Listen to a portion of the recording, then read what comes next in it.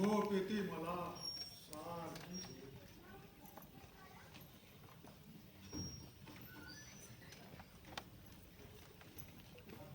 आणि काय काय गोळा करू रद्दी द्यायला. तुझ्या तराजूत मी थोडा बसणार आहे. उद्या उद्या बघतो जाग आली तर.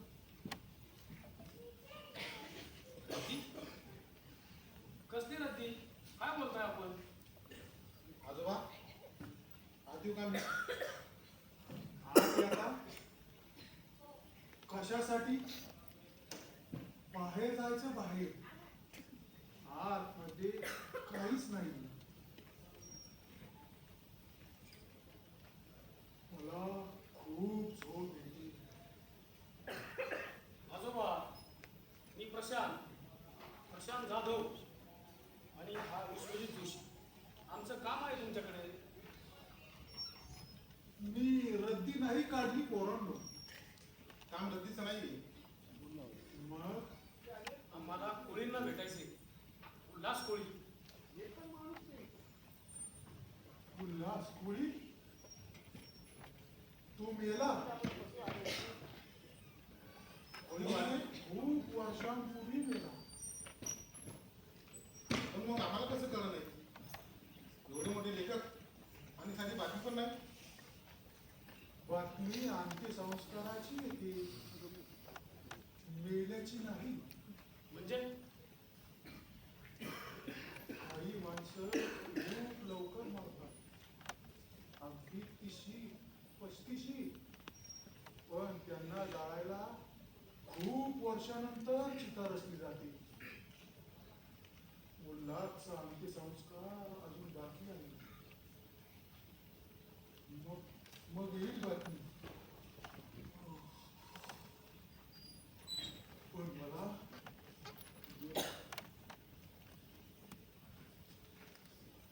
या विषू मला नाही वाटत काही साध्य होईल. किती विचित्र बोलतात ती. प्रचार आपल्याला त्यांना बोलतं करायचं. आपल्याला त्यांना बोलतं केलंच पाहिजे.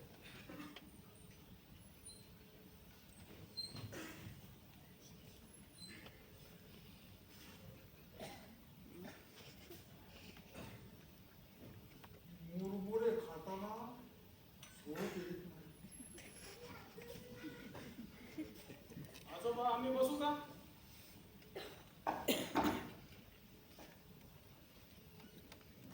बसता बसा.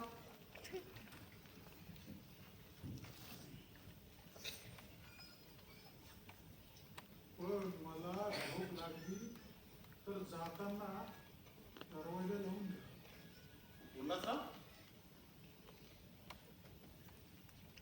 कोण म्हणला का? अहो, तुम्हीच.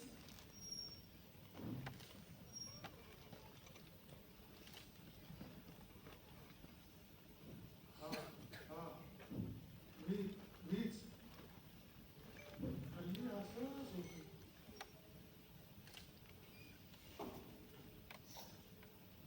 उल्हासराव. हा हा हो हो.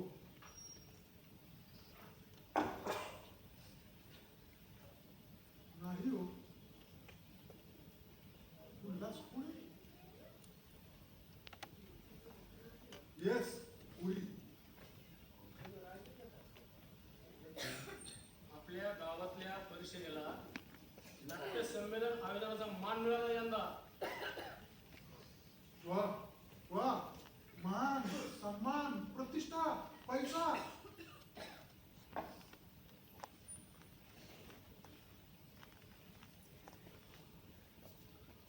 तू तू काय करतोस? मी नाटकात काम करतो. तसा मी एका ऑफिसमध्ये ऑफिसर आहे, परंतु ते महत्वाचं नाही. तेच महत्वाचं. तुझ्या निरर्थक नाटकाचं भांडवल भरलेल्या पोटावर वाढतंय.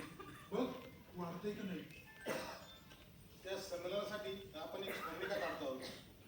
स्मरणिका?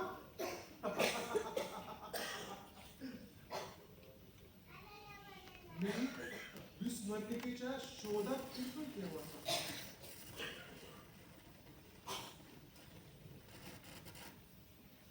आपल्या शहरातील नाट्य चळवळ, कलावंत, नाटककार यांची दखल घेऊन एक परिपूर्ण स्मरणिका काढायची आपल्यावर जबाबदारी आहे. मी दरवाजा उघडल्याबरोबर तुम्हा दोघांना ओळखलं. रद्दीवालीच तुम्ही. आणि नाट्य परंपरेमध्ये तुमचं स्थान किती मोठं आहे याने जाणतो. अहो, अख्खा महाराष्ट्र सतत 12-15 वर्ष तुम्ही रंगभूमीवर राज्य केलंय. रसिकांना धुला लावलं, हसवलं, रडवलं, एकामागून एक भन्नाट नाट्य लिहिली तुम्ही. तुमची मुलाखत म्हणजे स्मरणिकेसाठी सर्वात महत्त्वाचा दस्तऐवज ठरणार आहे. आणि तुमच्या आठवणी म्हणजे नाट्य चळवळीचा ऐतिहासिक ठेवा आहे.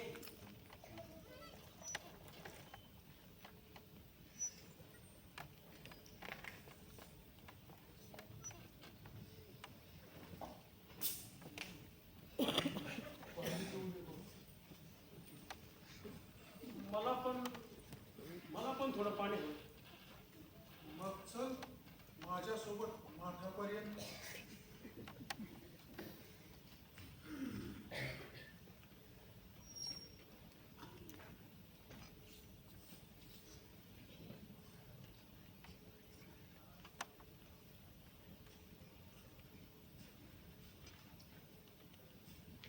मला नको पाहिजे.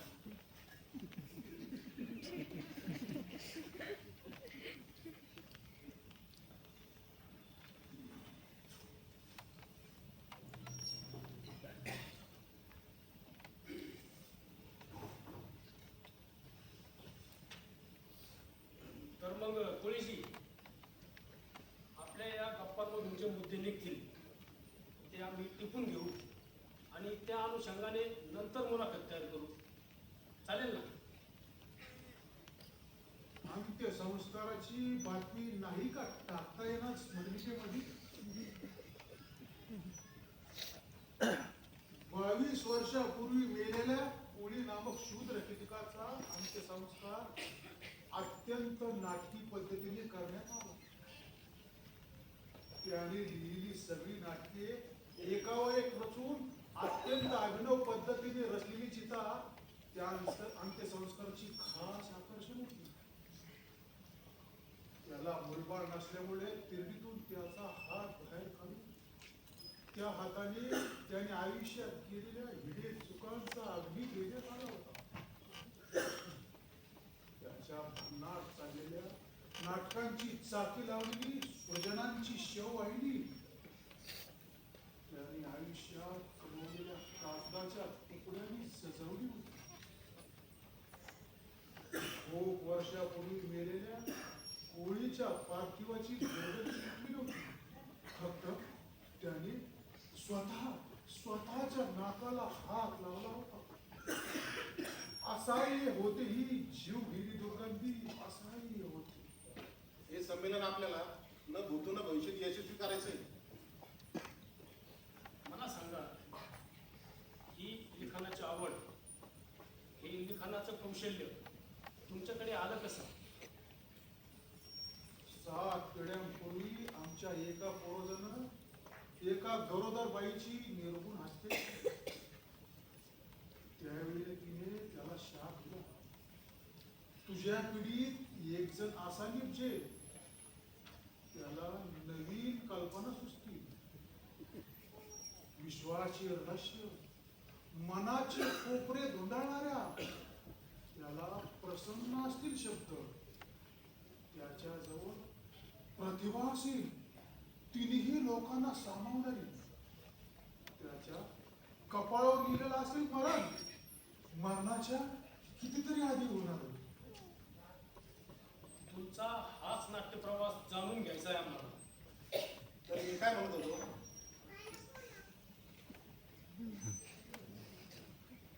मला खूप झोप येते.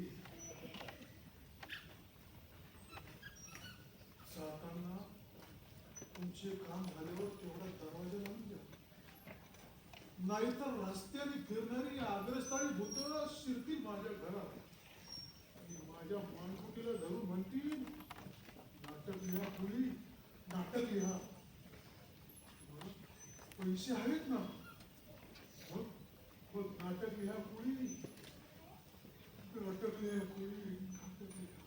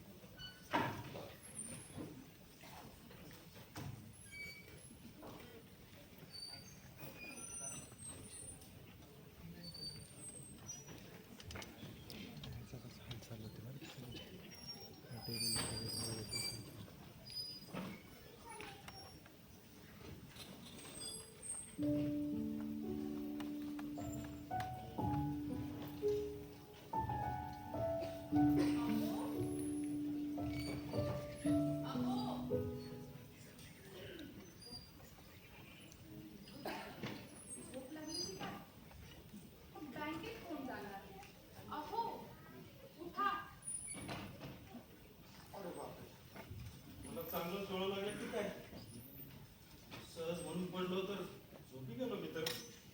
रात्री किती वाजता झोपलात? आता झोपताना कोणी घड्याळ बघतात का? अंक लिहून संपवला असेल. हो मग आज बँकेतून परस्पर जाणार आहे बरोबर.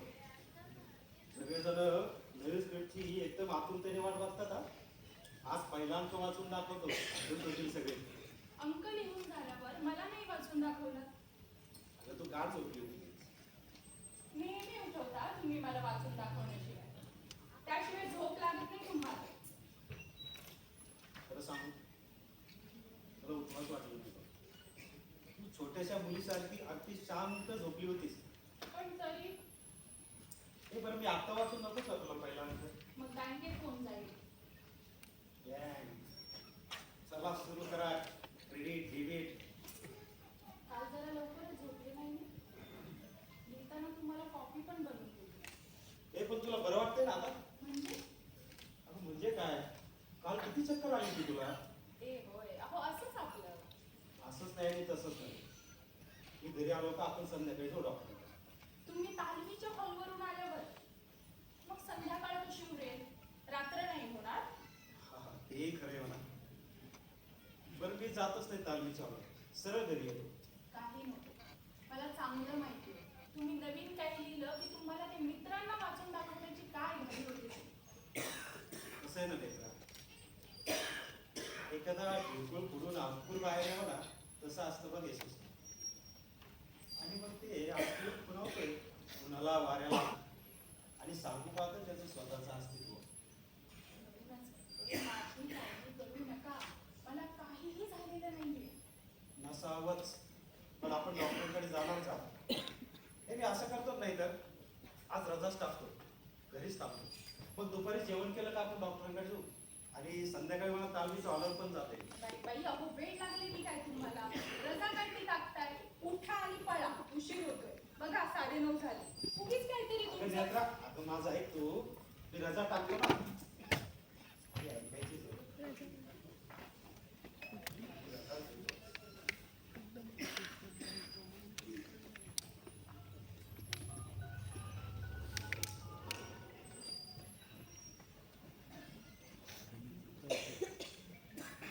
हॅलो हा अरे संदीप निघालास का.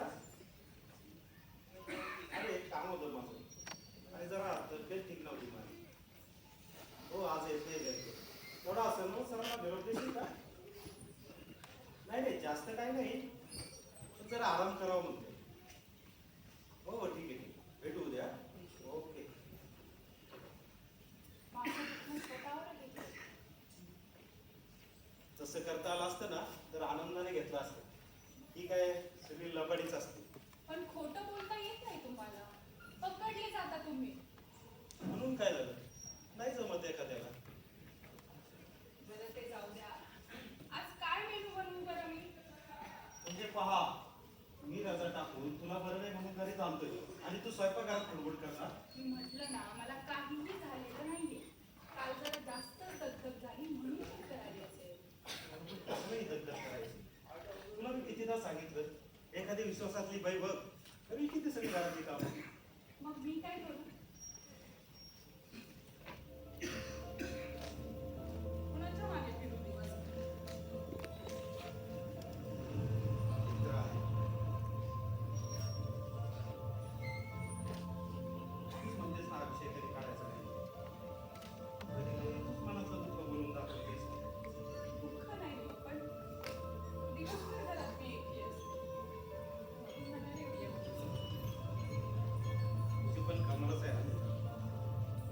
आपल्याला मूल होणार नाही हे तू किती सहजपणे ऍक्सेप्ट केलं. त्यात काय accept करायचं? अहो, माणूस मरणाला घाबरतो. आपलं आयुष्य संपल्यानंतर आपल्याला आठवणारं, आपल्या नावाचं स्मरण करणारं कुणीच नसेल अशा शंकांना घाबरतो. मग किमान आपल्याला स्वतःचं मूल व्हावं आणि त्याला तरी आपली आठवण काढावी असं वाटतं. तरी पण पण आपण काय शंका करायची? तुमचं एक एक नाटक म्हणजे माझं बाळच नाही का? हा, बाळंत वेदना मी सहन करायच्या ते तुम्ही करता एवढंच. प्रत्येक पानाला मी दिसतं ते नाही मला. आणि एवढी सगळी अपत्य असताना मी स्वतःला का मी पुत्रिक समजू? ग्रेट आहे सांग लेकरं. अहो, मी काय कोणी लेखिका आहे? तुमचं लिखाण वाचून ऐकून समजतं एवढंच. आणि मला एक गोष्ट सांगा, काहीतरी समजूत काढल्याशिवाय कसं जगता येईल हो माणसाला? हे बरं जाऊ दे. तुला माझा पहिल्या अंकातील शेवटचा प्रवेश वाचून दाखवला ना. चांगला जमलाय बरं का. तुम्ही लिहाल आणि चांगलं उतरणार नाही असं कधी झालंय? कसं आहे ना लेकरा, मी फक्त बोटाने लिहिलंय पण मनातून हृदयातून लिहितो. आणि हृदयाचं बोटाचं एक वेगळंच ताट असतं लिहिताना. अहो, कोण्या दुसऱ्याला सांगितलं ना तर खरं वाटणार नाही. दिवसभर बँकेत व्यवहारात बुडालेला हा माणूस रात्री एवढी सुंदर नाटकं लिहित असेल ते. आणि माझ्या ग्रुपमध्ये तर सगळेजण म्हणतायत हा लिहिण्यामध्ये रमणारा माणूस बँकेत काय लिहायला लावत असेल म्हणून. ते बरं तू बस बरं, मी तुला दाखवतोच पहिला अंक वाचून. नाही नको, मला नाटक पूर्ण झाल्यानंतरच ऐकायचं. आणि त्यावेळी राहिलेलं नाटक राहतं. एकदमच वाचून दाखवा ना. हे नेत्रा, मग मी तुला स्वयंपाकघरामध्ये मदत करू लागू का? अगं मी घरीच आहे ना, मला काहीतरी काम सांग ना. कोण कुणाला मदत करतंय? अरे नाथा ये. अरे ते नेत्रालाच मी मदत करतो म्हटलं होतं. बस म्हणजे आज काहीतरी चमचमीत खायला मिळणार त्या अपेक्षेने आलो होतो. पण बेचव आणि नियमित खायला मिळणार असं वाटतंय. पौष्टिक पदार्थ चमचमीत नसतात ना आता. कुणाला सेहत करायची? 2 घास खाऊन जी दणदणली ती पोट भरतं आमचं. बरं, तू अजून इथं कसं? मला वाटलं सॉरी बँकेत गेली असेल. अरे मी आज रजाच टाकली. नेत्राला जरा बरं नाही आहे. तिला डॉक्टरांकडे घेऊन जाऊ म्हटलं. पण तिला म्हटलं संध्याकाळी जाऊ तर. तुमची स्वयंघोषित नाट्य पुनरुत्थाची चळवळ असेल संध्याकाळी. तिकडे जावं लागेल. मी म्हणतो एखादी संध्याकाळ दिली वहिनीला, नाही गेला त्या टवळ पोरात तर काय बिघडणार आहे? नाही रे, आज जाणं फार आवश्यक आहे. अरे माझा पहिला अंक लिहून झाला. रात्रभर जागलो मी. बापरे, आणखीन एक नाटक. विषय कोणता? मानवी मनाच्या अंतरंगाचा शोध की समाजात झालेल्या घालमेलीची उकल? तुला विषय सांगून काही कळणार आहे का? तुला आणि तुझ्या ग्रुपला सुरू आणखी कुणाला कळणार आहे? मी कसा त्याचा विचार करू? करूच नकोस. तू लिही. लास नाटक लावतोय पुढच्या महिन्यात. नाथ कॉमेडी शो आहे. 2-2.5 तास हास्याचा धबधबा. थिएटरही बुक केलंय. कोणतं नाटक लावतोस? बोम ठोका बोम. 500 एपिसोड झालेत हाऊसफुल. मस्त प्लॅन लागलाय.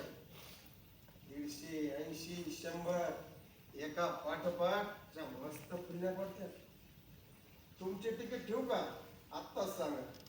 पुन्हा BCD रो मध्ये मिळणार नाही. पण लेखक कोण आहे रे?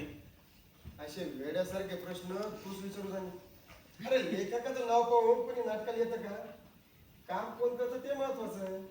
अरे पण कोणीतरी लिहिलं असेलच की. 100% खात्री येते नाही.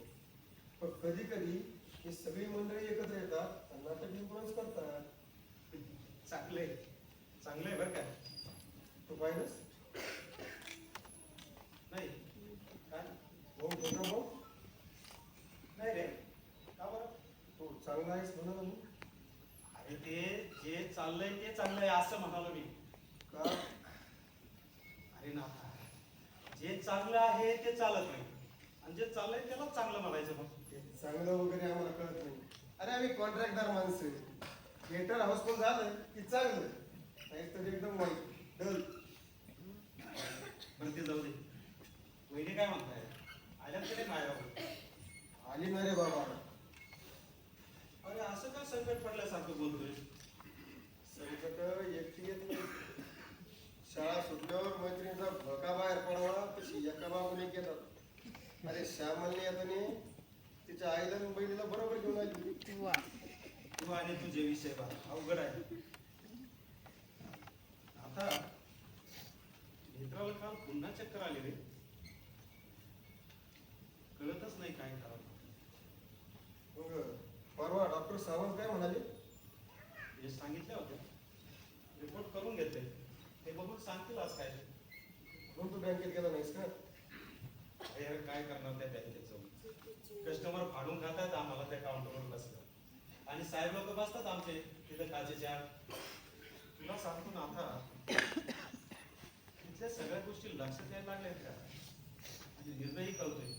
पण फक्त आता अधिकाऱ्यांनी जाहीर करावं बस. मग आता तू काय करायचं ठरवलंस? तुला म्हणतो ना रे, माझं डोकंच काम करत नाही. मला तर नवलच वाटते. उल्हास, अरे एकीकडे तुझे बँकेचे प्रॉब्लेम, दुसरीकडे वहिनींचा आजार पण, आणि तुला कंडिशन मध्ये नाटक लिहायला सुचतं? हा सगळा अनिवार्य आहे. आणि मला जे सुचतंय आणि मी जे जीवन जगतो या दोन्हीचा जोडच बसत नाही.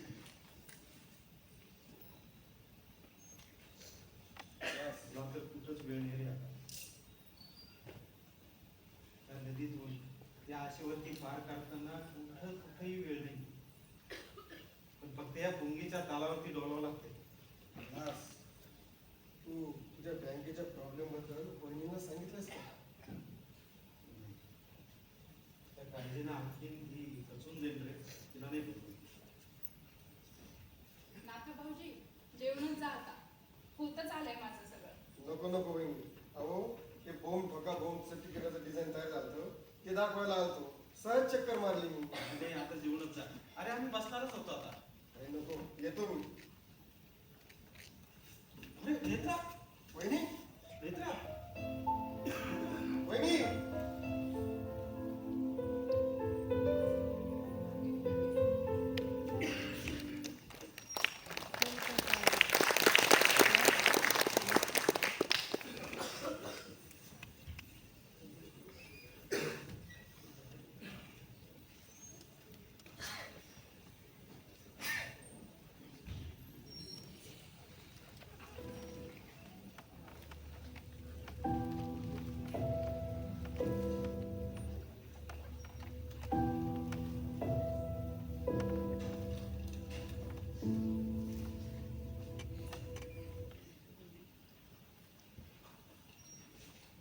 उल्हास, अरे तू लिहिलेल्या या नाटकाच्या पहिल्या अंकात मंगेची इमेज लार्जर दॅन लाईफ होती.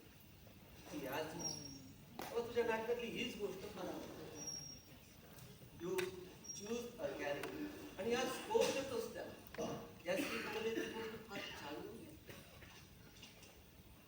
कसं आहे ना, मी बऱ्याच वेळचा विचार करतोय. अंक वाचून इतका वेळ झालाय पण दिग्दर्शक माझे अजून काहीच कसे बोलत नाही. आय वॉज अरे आवाज झालो मी. अरे मंगेची मानसिक स्थिती, त्याच्या भोवतालचे प्रॉब्लेम्स, प्रलोभन आणि नियतीने मांडलेली ही भूतकाळाची छान उभी केलीस तू पहिला. And that is the play. अशी चॅलेंजिंग नाटकं करायला आवडतात मला. आणखी 4-5 दिवसात संपवतो मी नाटक लिहून.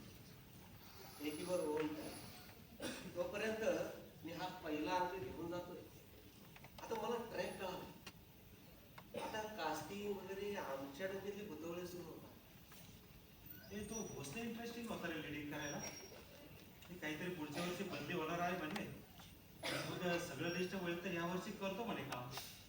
बघू, अवेबिलिटीपेक्षा ॲबिलिटी महत्वाची नाही. ते बाबा मी सहज म्हणतो हा. बाकी तो तुझा प्रांत आहे.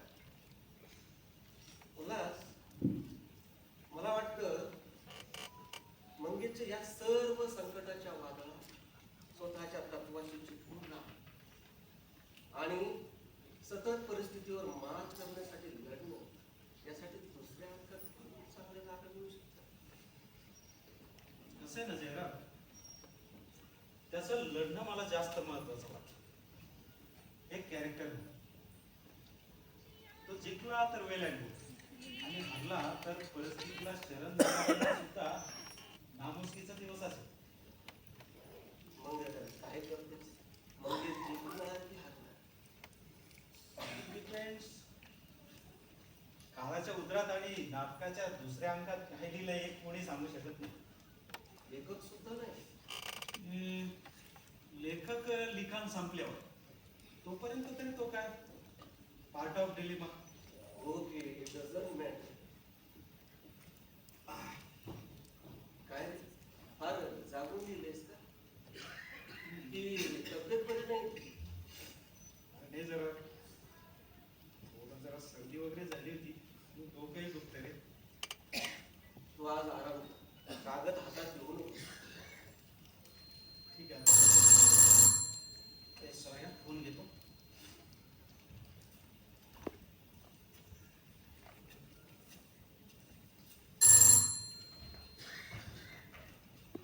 हॅलो. हा तात्या बोला. कुठून बोलताय तुम्ही? हा PC वरून का? बर बर बर. अहो तुम्ही कशाला यायचं चालत तिथपर्यंत? तुमचे पाय लटपटतात ना? हो नेत्र ना, बरं आहे तुझं. हो सगळ्या टेस्ट झाल्या, रिपोर्ट झाले. हो औषध उपचारही सुरू आहे. तुमची तब्येत काय म्हणते? दगदग करू नका जास्त. हो पाठवतो म्हणजे हो हो उद्या परवाच पाठवतो. ठीक आहे, काळजी घ्या. हो हो ठेवा. कोण तात्या? हो अजून पण तयार नाहीत तर ते तुझ्याकडे येऊन आहे. अरे त्यांना गावं सोडत नाही. तिथले भजनी मंडळ, तिथल्या गप्पा गोष्टी या त्यांना सोडूनच देऊ वाटत नाही. अरे होऊ दे त्यांच्या मनात. पण त्यांना समाधान तर आहे ना की आपला मुलगा नोकरीला लागलाय, त्याचं व्यवस्थित चाललंय. ते किती दिवस टिकेल हे काय सांगता नाही. म्हणजे अरे आमचे एक बँकेचं प्रकरण आता आम्हाला कधी घरी जायचं सांगते आणि म्हणते आता आम्हाला तुमची गरज नाही, आता तुम्ही मोकळे आहात. अरे पण असं कसं? काही नियम वगैरे असतील तर नाही? सगळे नियम होऊन झालं, सगळं झालं. आता काय कोर्ट कचऱ्या करायच्या? सगळा मनस्ताप झाला. तरीही मला वाटलं की हा असा वेगळा का वाटतो. आणि त्यात ही नेत्राची चिंता. वहिनींना काय झालंय आता? आता ते डॉक्टरांनी कळलं नसं झालं. तिचे टेस्ट केल्या, रिपोर्ट केले, चक्कर काही थांबत नाही रे. आता डॉक्टरांनी काहीतरी इंजेक्शनचे कोर्स करायचं ठरवलंय मागं. अरे महागडे असू देत रे, पण मग ऊन यायला हवाय ना. असं तर डोकंच काम करत नाही. एकीकडे ते बँकेचं लफडं, ती टांगती तलवार डोक्यावर, आणि दुसरीकडे तात्यांना पाठवायचे पैसे, नेत्राच्या उपचाराचा घातलेला खर्च. असा वेळ बसवणार या सगळ्याचं. पगार बंद झाल्यावर होईल रे, होईल काहीतरी होईल. आणि प्रत्येक संकटातून बाहेर निघण्याचा मार्ग असतोच. आपण फक्त संयम धरायचा आणि धैर्य ठेवलं पाहिजे. तो किती दिवस टिकेल सांगता येणार नाही. अरे मी जर कधी लिहायला घेतलं ना तर काहीच वाटतंय की हे काय करतोय मी, कशासाठी करतोय, माझ्या प्रायोरिटीज काय, मी करतोय काय. आणि असं वाटून मी म्हणतोस हे जे परमेश्वरानं तुझ्या माझ्यामध्ये हौस म्हण, कला म्हण, ती छंद म्हण, हे जे काही पेरलंय, आणि ती पेटं आहेत पेटं, या संकटाच्या समुद्रात दोन क्षण श्वास घेण्याचे, ज्यांच्या आयुष्यात अशी पेटे नसतात ना, अशी माणसं हेलकावतात, वेलकाडतात आणि नाहीशा होतात. या संकटाच्या समुद्रातही या नियतीने ज्यांच्यावरून मायाने हात फिरवले ना, अशी भाग्यवान कधीच हेलकाडत नाही. असे हे फक्त आपलं स्वतःच समाधान करायचे काम आहे. मला असं वाटतंय की आता मी दुसरा अंक घेऊ शकेल की नाही. मला नाही वाटत तसं. उल्हास, अरे तुला जेव्हा चिंता वाटायला लागेल ना, अस्वस्थ वाटायला लागेल ना, तेव्हा हेच नाटक तुला धावून येईल मध्ये. आणि मला सांग, यापूर्वी कधी आपल्यावर संकट आलीच नाही का? अरे असंच आहे ना, परीक्षेच्या वेळेस तुझी आई गेली, आम्ही सारे भेदारलो. वाटलं आता याचं वर्ष गेलं आहे, परंतु तू सारं आठवून आलास. आमची त्यावेळेस तालीम चालू, तू एकटाच त्या कोपऱ्यात बसलास, मीही तुझ्याशी बोललो. आमचं सगळं आटोपल्यानंतर तू आणि मी दोघेच सायकलवर बसलो, घरी निघा. पुढे एका कोपऱ्यावर गेल्यानंतर तू मला थांबवलंस, माझा हात हातात घेतलास आणि रडू लागलास. मीही तुला मनसोक्त रडलो. नंतर तूच तुझ्या आईवर लिहिलेली एक जुनी कविता मी तुला ऐकली होती. किती भारावून गेलास. त्या तुझ्याच शब्दाने तुझ्या आईची प्रतिमा तुझ्या डोळ्याच्या समोर उभा राहिली. आणि तुझे डोळे आनंदाने लटाकले. आणि तू माझा हात दाबलास आणि आपण पुन्हा घराकडे गेला. उल्हास, अरे तुला धीर दिला, आधार दिला तो शब्दांनी, कवितेनी आणि नंतर या नाटकांनी. कवितेचे काय, मोठ्यातली मान हकलावी नाही. कविता करावी, कविता लिहावी, खिदळावी डोंगराच्या रांगा. कवितेने आम्हाला काय दिले सांगा. बांधून ठेवावे का चिरावे बासला.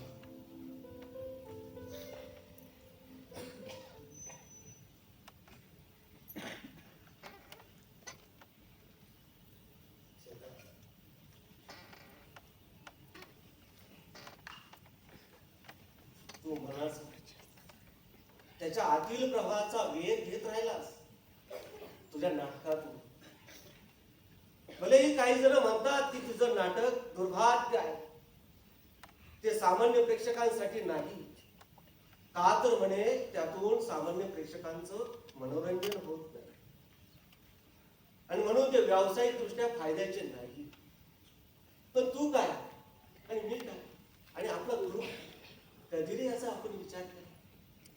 आणि हीच नाटकावरची श्रद्धा, हीच प्रायोगिक रंगभूमीवरची श्रद्धा आपल्याला बळ देत राहिली. आणि या नवनवीन संकटात तुला आजही ते बळ मिळेल. उभ्यात काय होते. पण मला जर सुचलं ना तर मी थांबणार नाही. दुसरा अंक पूर्ण करेलच शक्य तितक्या लवकर. मला खात्री आहे त्याची. हे बरं, चहा घेणार तू? नाही, नको. अरे घरी पोहोचायचं तर बसलो तुझ्याशी गप्पा मारत. आणि वहिनी पण आराम करत असते, त्यांना त्रास देऊ नको. चल निघतो.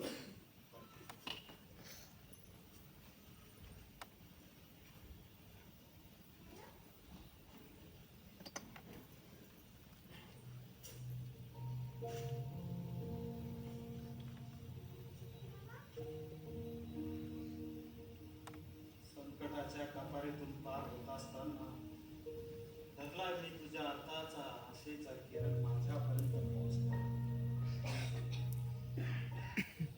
त्या आधारावर प्रश्नांच्या दरडी कोसळत असताना देखील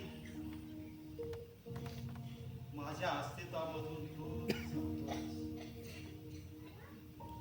जाणीव प्रचंड ऊर्जा स्रोतासारखी सतत उचंबळते आहे माझ्यावरती खोलवर. माझ्या वेदनेच्या क्षितिजापर्यंत पोहोचणाऱ्या उगवणाऱ्या या शब्द सूर्यानो, गायत्री मंत्रासारखे माझ्या प्रत्येक वेदनेतून करीन मी तुमचीच प्रार्थना.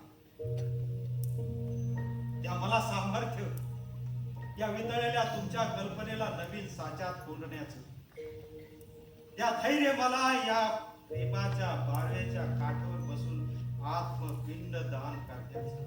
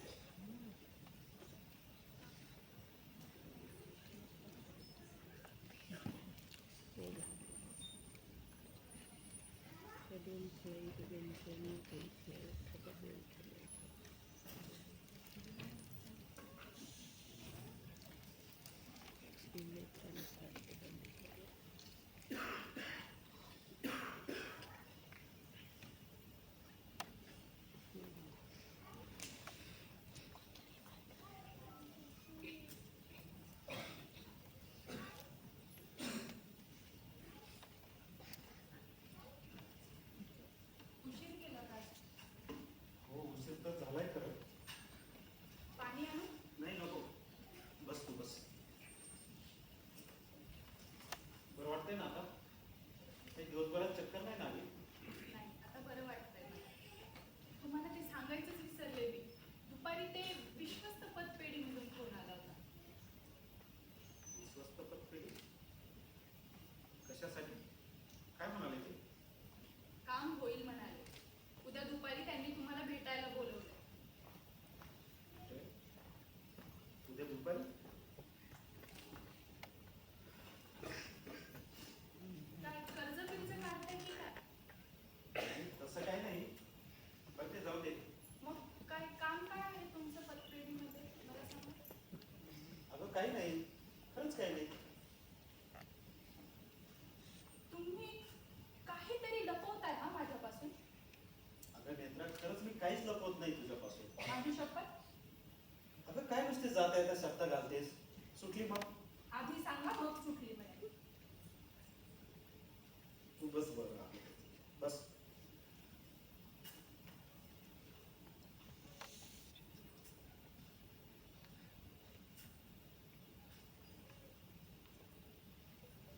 नेत्रा, मी तुला सांगणारच होतो बघ. मध्ये तुझी अशी तब्येत बिघडली तेव्हा अजून ताण नको तुला. कोणता काय? तुला तर आमच्या बँकेबद्दल काही प्रमाणात माहितीच आहे, पण प्रकरण आता जरा हाताबाहेर गेले. म्हणजे रिझर्व्ह बँकेने आमच्या बँकेचे व्यवहार थांबवले. काय सांगताय काय? आता ही नोकरी असून नसल्यासारखी झाली आम्हाला. सगळं संपलंय ग, माझी नोकरी सुद्धा. नाही नाही हो, असं म्हणू नका. सत्य कठोर असतं का नेत्रा, पण ते स्वीकारावंच लागतं. म्हणून तुम्ही हो, म्हणूनच मी त्या विश्वस्त पतपेढीची नोकरी जॉईन करतोय. आपल्याला आता काहीतरी मार्ग काढावाच लागणार आहे. अहो पण ते पतपेढीवाले किती देणार? त्यांचा जीवच केवढा. हे सगळं खरं आहे, पण त्यात माझं हे दुखणं मागे लागले. कशाची चक्कर येते मेली कुणाच ठाऊक. एकदाची मरत देखील नाही मी. नेत्रा, नाहीतर काय? डॉक्टर काय म्हणाले माहितीये ना तुम्हाला? आठवड्याला 4,000 रुपयांचं एक इंजेक्शन. म्हणून काय झालं? जेव्हा पैसा महत्वाचा आहे का? पण असला तर ना.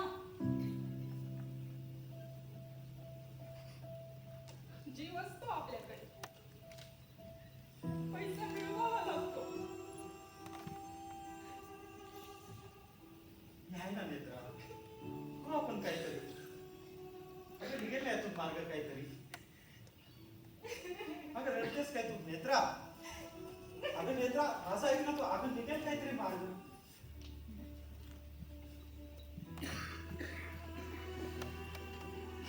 नेत्रा तुला भीत देण्याचा प्रयत्न करतोय कधी. मी पण फसतोय इकडे.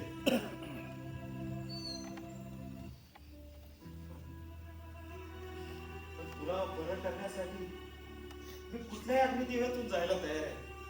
हो, हे दिवस जातीलच.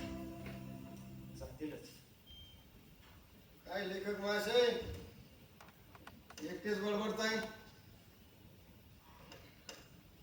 सोबत की नवीन काही? अरे ये ना ताई. बस. उजंगराव भेटले होते. त्यांचा साडू तुमच्या बँकेत अवस्थायक म्हणून आले. त्यांनी सांगितलं, मग आधी ओळखलं. आता तुमची बँक संपली.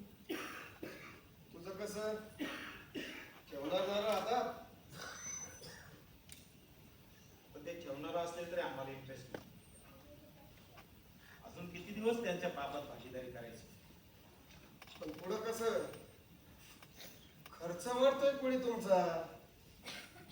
तात्यांचा असं, वहिनींचा आजारपण, वाढती महागाई, कसा मेळ बसवणार रे बाबा? विचार कर. तोच तर करतोय ना.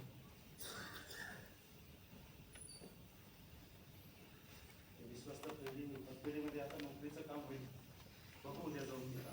किती देणार आहेत ते? किती दिवस बुट्ट्याला गाडीचा आधार. गाडीचाही आधार मिळणार नाही. मग काय करूया आम्ही? एकीकडे ते बँकेचं लफडं, कुठलेच मार्ग सुचत नाही. आता कुठला तरी मार्ग पक्काच लागेल. आज नाट्य पुनरुत्थान चळवळीच्या कार्याला जायचं नाही का? आता चालू फ्रेश होतो मग बघू नंतर काय करायचं. काय करणार तिथं जाऊन? झाला दुसरा अंक. तुला आमच्या नाट्य चळवळीबद्दल बरंच काही माहिती आहे रे. जयराम भेटतो अधून मधून. तो सांगत होता. काय नाव नाटकाचं? अजून नाटकाचं नाव नाही ठेवलंय. विमाने कॅरेक्टर रेडी आहे आणि पहिला अंक सुद्धा. पडदा पडायची वेळ आली उल्हासराव. अहो आता तरी जागे व्हा. म्हणजे बॉम्ब ठोका बॉम्ब हाऊसफुल झालंय. याचं इथं काय संबंध? लावला तर आहे, नाकारला तर नाही. अरे मी ते इतका हैराण झालोय, तुला चेष्टा सुचते? चेष्टा नाही, पण उल्हास,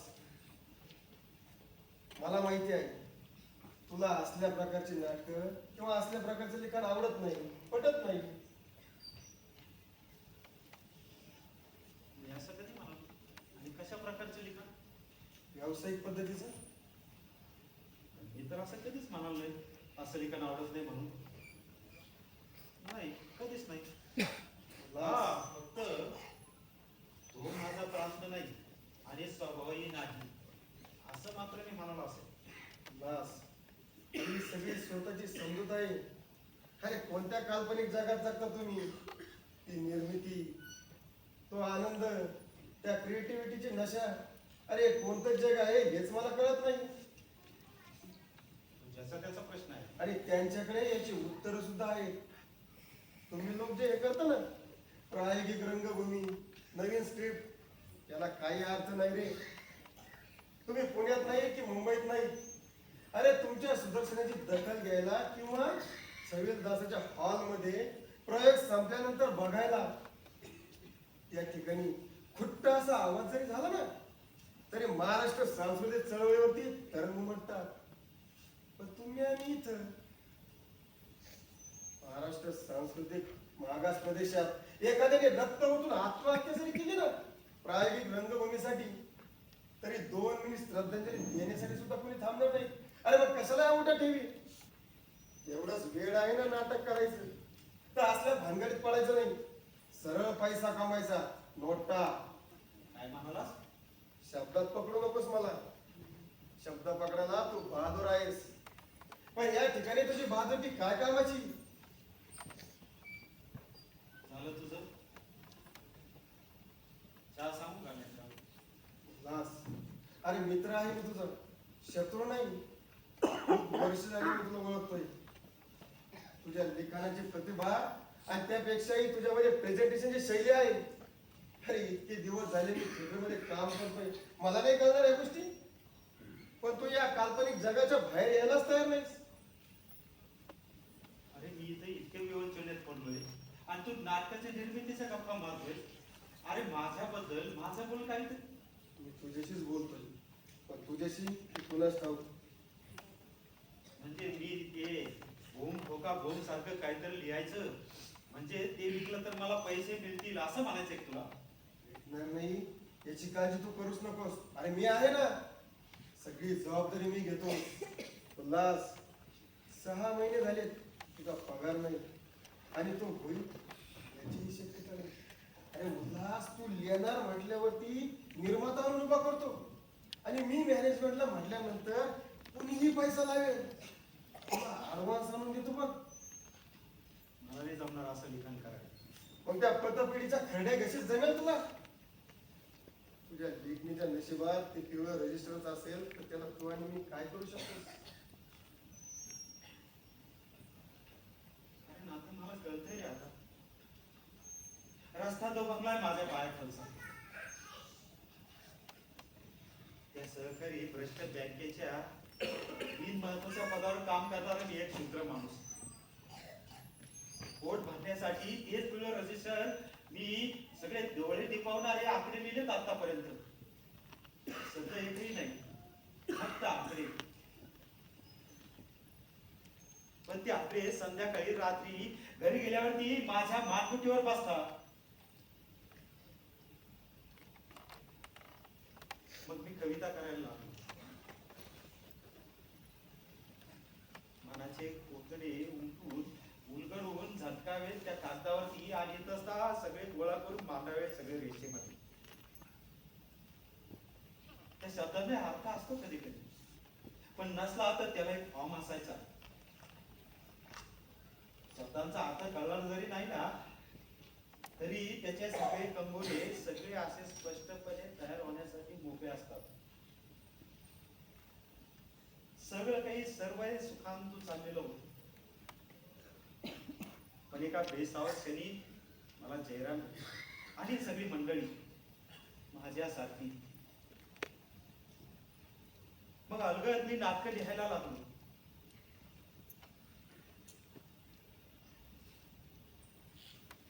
सगळे तसे पुसट झालेल्या माझ्या पूर्वीच्या कविता जास्त गडद होऊन अशा कागदावरती उमटू लागल्या.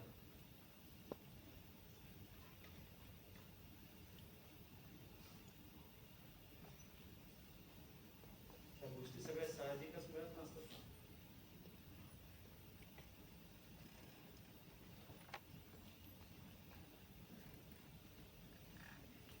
तू सांग कसं बोलून करायचं? बस, मला वाटलं म्हणून मी बोललो.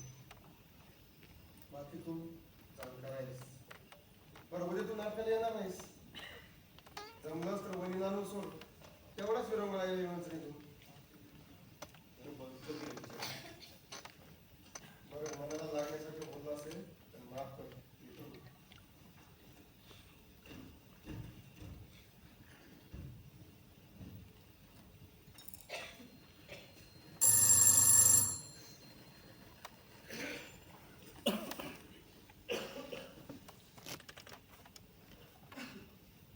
हॅलो, हा तात्या बोला. कशाला यायचं तुम्ही ते पेशव पर्यंत? हो, पैसे पाठवायचे राहिले माझ्याकडून. हा, ते कामाच्या गडबडीत राहिले होते तात्या. करतो मी उद्या. हा, तुम्ही काळजी घ्या. अहो, रामजीला सांगत जा तुम्ही फोन करायचं. तुम्ही ना काय तात्या, ते कॉईनची बेल वाजते हो आता. फोन बंद होईल. ठेवा.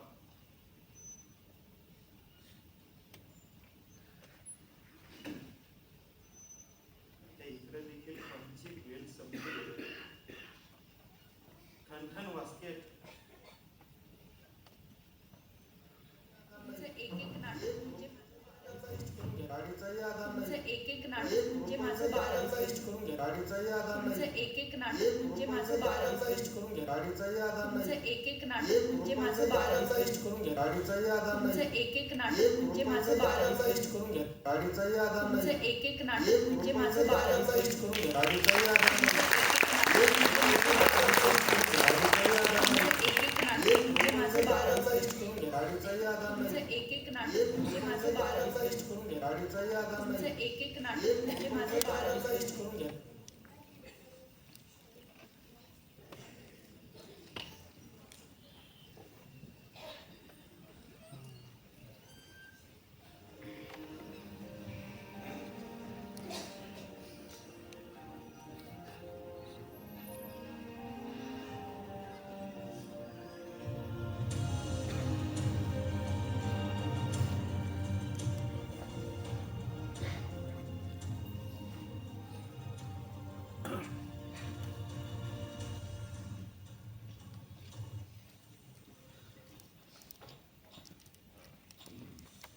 होत आहेत माझ्या डोक्याची शक्ती 100 शक्ती. पण या सनातन प्रश्नाचं उत्तर मिळालं नाही तर लुळू लागतील माझ्याच पायाशी. परिस्थितीमुळं लुळे पांगळे झालेले माझे शब्द पुन्हा रेटा देऊन उभा राहण्याचा प्रयत्न करतात, पण पुन्हा लोळावळा होऊन पडतात. कशासाठी लिहितोय मी आणि का? नाथा म्हणाला तसं लिहू नको का मी? की जयराम म्हणाला त्याप्रमाणे माझे शब्द, माझी लिहिण्याची पद्धत बळ देईल मला या संकट काळी. पण मी हा असा शूद्र होईल स्वतःच्या जाळ्यात अडकलेला. काय करू?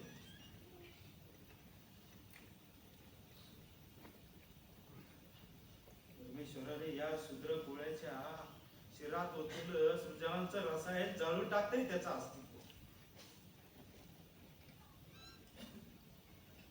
अस्तित्व टिकलं तरच रसायन टिकणार ना.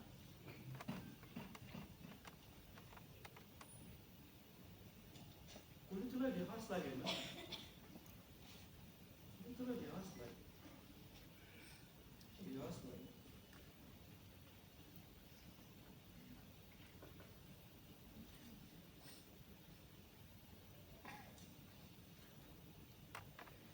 दुसरा अंक सुरू करताय. सुचला पहिला प्रसंग.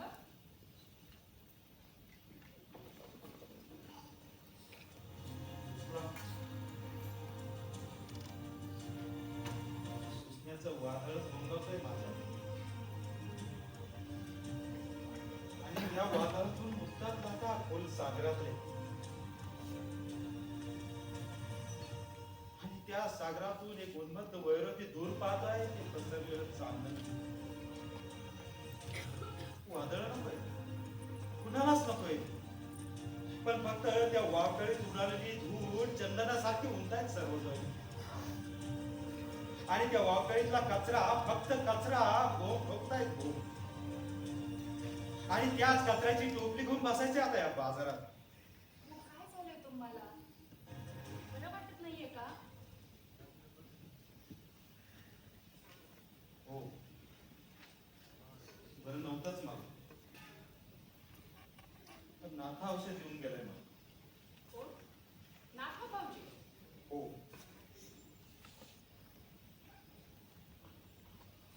त्याने सुशरी आली माणसं आणि दोन्ही अर्थाने. नेत्रातून आता तर कळच आहे माझी नोकरी गेली.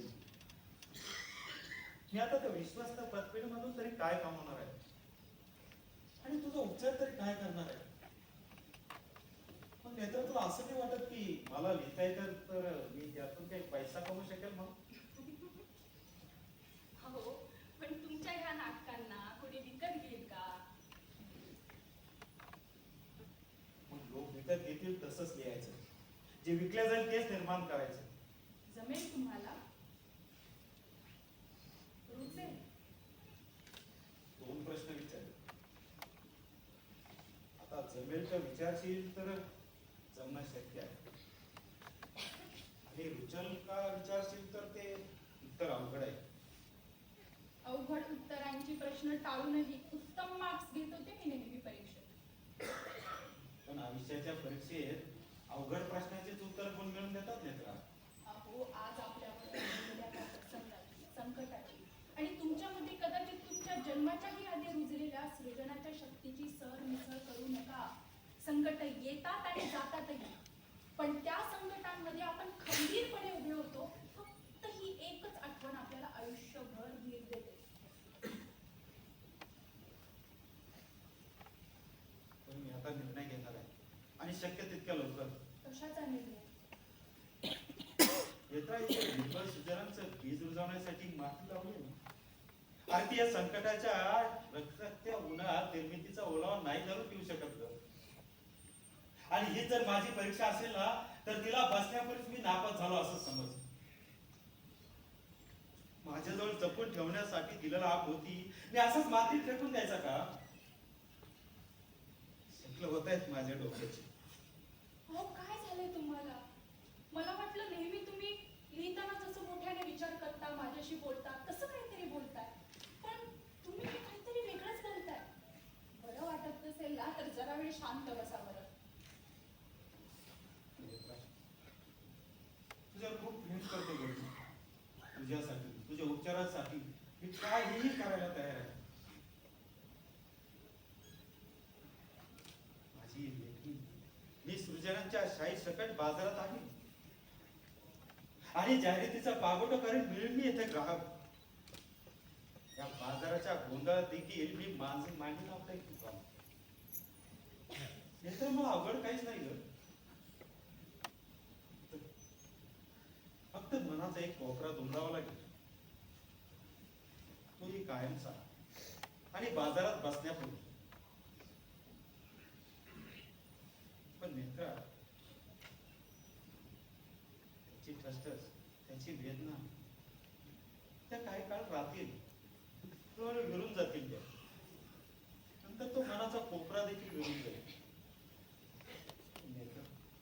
नेत्रा, मला तो हवी आहे ग, मला तो हवी. एक सांगू? आपल्याला मूल होऊ शकत नाही, ही गोष्ट किती दिवस लपवून ठेवली तुम्ही माझ्यापासून? इथं काय सांग? प्रत्येक स्त्रीला हक्कानं अनायासच मिळालेलं हे मातृत्वाचं वरदान उकिरड्यावरच्या डुकरीनीच्याही वाट्याला यावं.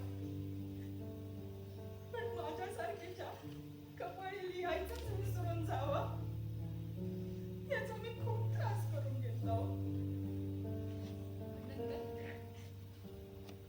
नंतर तुमची लिहिण्याची तळमळ, त्यासाठीची धडपड बघितली आणि यातच समाधान मानत गेले.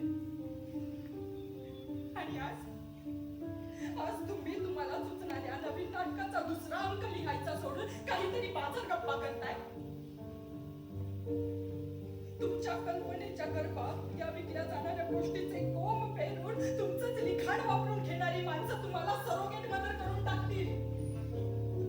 चालेल तुम्हाला? तोच तर वाद आहे. कौतुंग आकाशात उडणारी मारताना मी या गोष्टीचा विचारच केला नाही गणेशला. हे सरपटणारे प्राणी देखील शाप देतात हे मला माहित नव्हतं ग. हे फक्त गरुडालाच नाही तर आकाशाला देखील. त्याच्या शापात देखील शक्ती असते ग. मग ते खेचून आणत्या खाली त्या गरुडाला आणि बसवते त्या डोलीमध्ये आणून. हे सगळं सोडा. उद्याचं उद्या हो. हे असलं तुम्हाला जमायचं नाही आणि रुचायचंही नाही. बघू, दुसरा काहीतरी मार्ग असेलच. नसला तर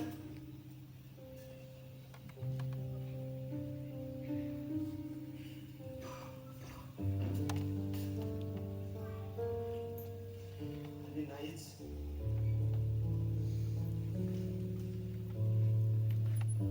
इंद्राचे सृजनांच्या बारी साठाचे सोहळे सोडून आता मला असं वाटतंय की हिचीच का सगळ्या व्यावसायिकतेची आपण कल्पनेच्या शॉर्ट शर्ट घालून हिंडावं आता या मनोरंजनाच्या रस्त्यात ओठाला लाली लावून फिरणाऱ्या रांडेसारखी स्वीकारावी आमंत्रणे कलेला भोगणाऱ्या रसिकतेची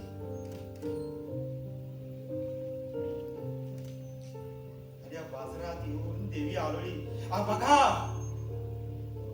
मी मानलं एक दुकान. माझ्या दुकान मांडण्याने बाजार बदलला नव्हता म्हणून मीही उतरलो त्या बाजारात.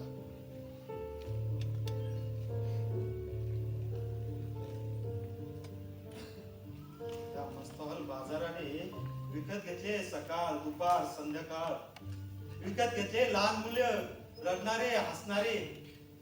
विकत घेतले आहेत सौंदर्य. विकत घेतले आहेत चेकाळलेले पौरस्य. विकत घेतले आहेत तरुणी गृहिणी माद्या. तरी पंडितांनी त्यावेळी मांडी बदलली नाही. या मस्तवाल बाजाराने विकत घेतले आहे पैसा आणि बांधलाय दावणीला आणि त्याला उभे करून या सत्काराच्या भाषणात अभिनंदनाच्या ठराव आणि या मनोरंजनाच्या भंडार उभा केले.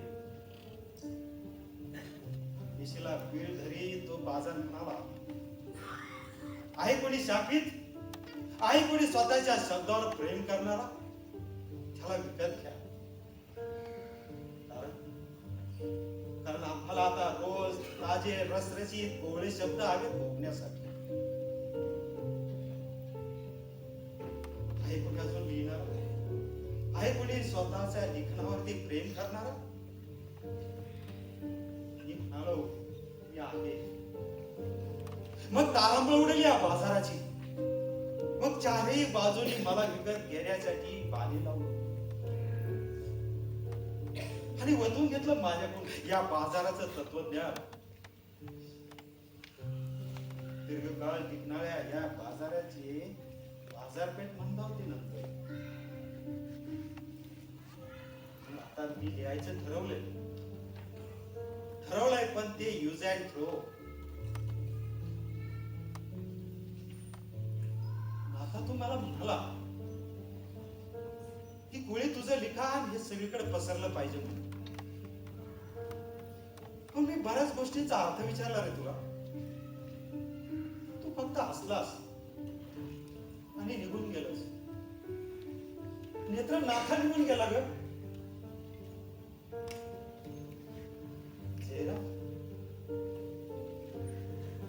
जयराम समोर मी नाही उभा राहू शकतो. काय करू मी नेत्रा.